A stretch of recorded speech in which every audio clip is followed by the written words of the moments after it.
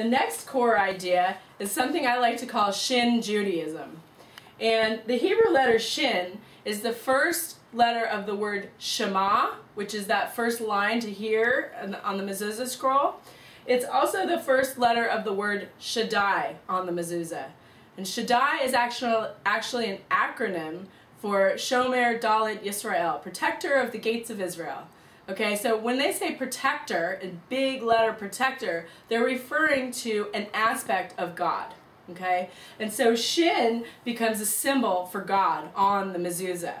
Now, what I found interesting in our trip to Japan was that these characters, these Japanese and also Chinese characters, are pronounced Shin, and they mean God.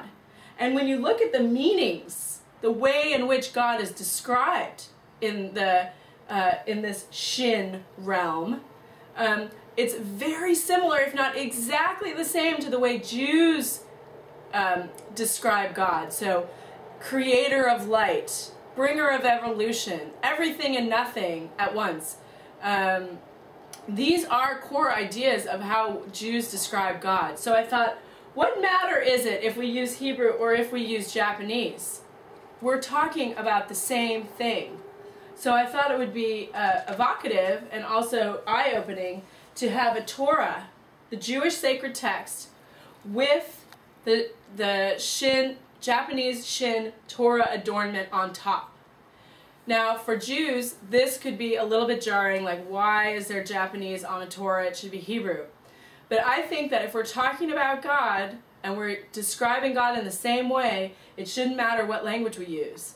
I also think it's interesting that the sound Shin comes up because we use Shin on the mezuzah as meaning God. Also, this Torah, when presented to a different audience, perhaps a Japanese or a Chinese audience, they would look at this Torah and glean what it means right away. And it might ignite some wonder for them about what actually is the Torah, beyond what they already know. So I like this piece for that reason, because I feel that it's evocative and that it will draw more people into the Torah, people that have not been exposed to the Torah. But then I also thought, as part of that same exhibit, we would have another Torah with the Hebrew Shin. So the two Shins could be together. We could have two Torahs. We could have an open Torah. We could have a listening station where people can listen to Torah being chanted in this area.